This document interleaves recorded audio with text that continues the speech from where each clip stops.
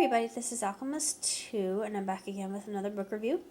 I just read The Island of the Blue Dolphins, and this is a book that's written by Scott Odell, and this actually has some age on it, if you can tell by the cover.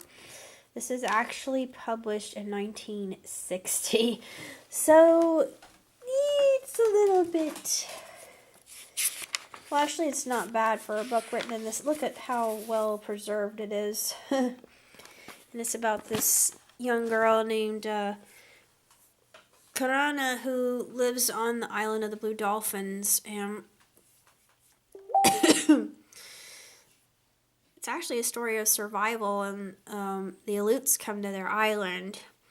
And quite a few things come to pass. And you get to see the changing of the seasons and just how united she is with nature around her and how she communes with animals. It's like this dog that she finds that she names Rotu, or Fox Eyes, and they become fast friends. There's somebody on the island who takes his canoe to go on a journey, and I don't think he ever comes back, but what's intriguing about the book itself is it's based on a true story. The young girl whom the book was based after, her brother really did get killed. And I don't know if he drowned at sea or was killed by wild animals. A great many number of things could have happened to him. But actually, if you go to the very last page of the book itself, and what Mr. Odell says, it was first settled by Indians in about 2000 BC. It wasn't discovered by white men until 1602. It was found, it was then that Spanish explorer Sebastián Vizcaíno set out from Mexico in search of a port where he could find treasure or a shelter in case of distress. He found an island he called the Island of St. Nicholas, or La Isla de San Nicolás. He was in honor of the patron St. Nicholas. For actually, St. Nicholas is the saint of travelers and merchants and prostitutes. Let's not forget that. It's very interesting what the author says. And she was known as Robinson Crusoe. He has attempted to recreate her. She lived alone on the island from 1835 to 1853. She's known to history as the lost woman of St. Nicholas, or San Nicolas. Facts about her are few. From the reports of Captain Hubbard, whose schooners carried away the Indians of Galasat, we know that the girl did jump into the sea, despite efforts to restrain her. Yeah, I guess maybe she felt like, they were going to, I'm not even going to say, knowing white man's history, no offense to white men, not all white men are like that, but a lot of white men who are on the,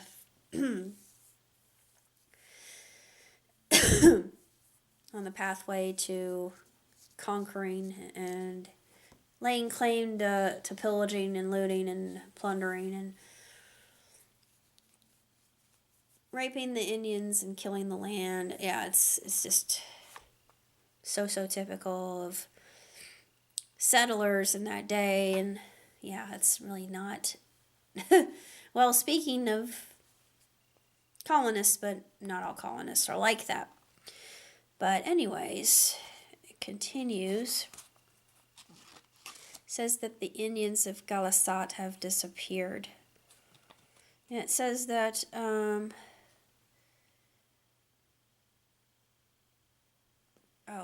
never mind. I don't want to give too much away, because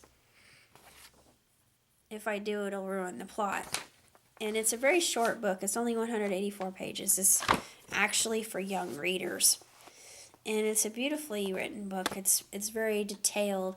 And I love when Karana is talking to her brother, and her brother says the sea is like a smooth blue stone. I thought, oh, that's just such beautiful poetic language, and I could see in my mind's eye just how still and calm the sea was, and how beautiful that must have been.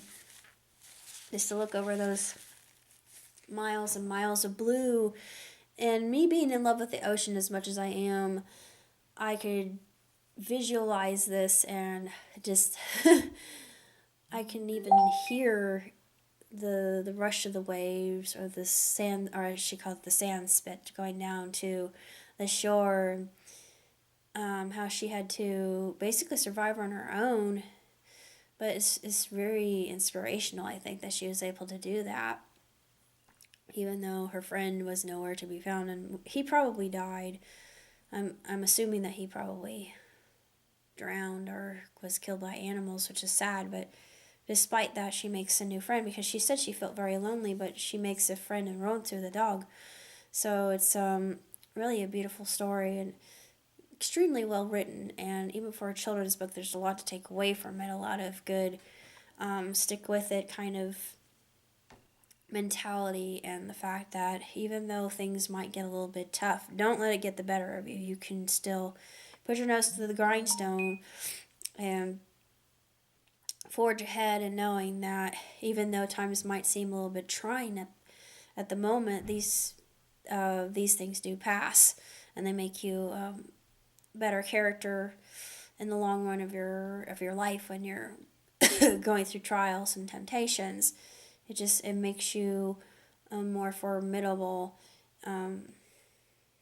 person, especially when other people around you are going through the same thing. You can commiserate, and you can become much more, you can become closer that way. I mean, when you can relate to somebody else, I think it just gives you more ability to socialize, and to empathize with somebody else's ordeal.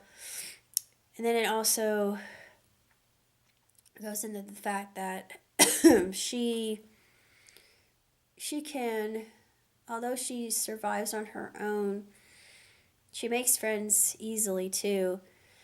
But it's only when she trusts this other girl that she meets, one of the Aleuts, that she reveals her secret name. That we already know it. We know it's Kanana.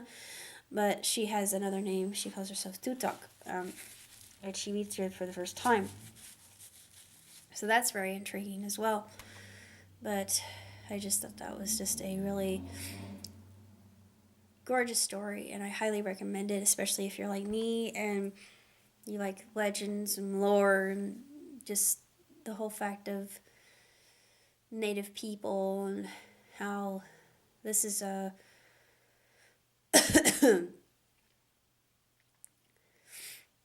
fabrication based on actual real events, but still a very intriguing and intricate fabrication of that. So until next time, live long, prosper. Ciao, tutti.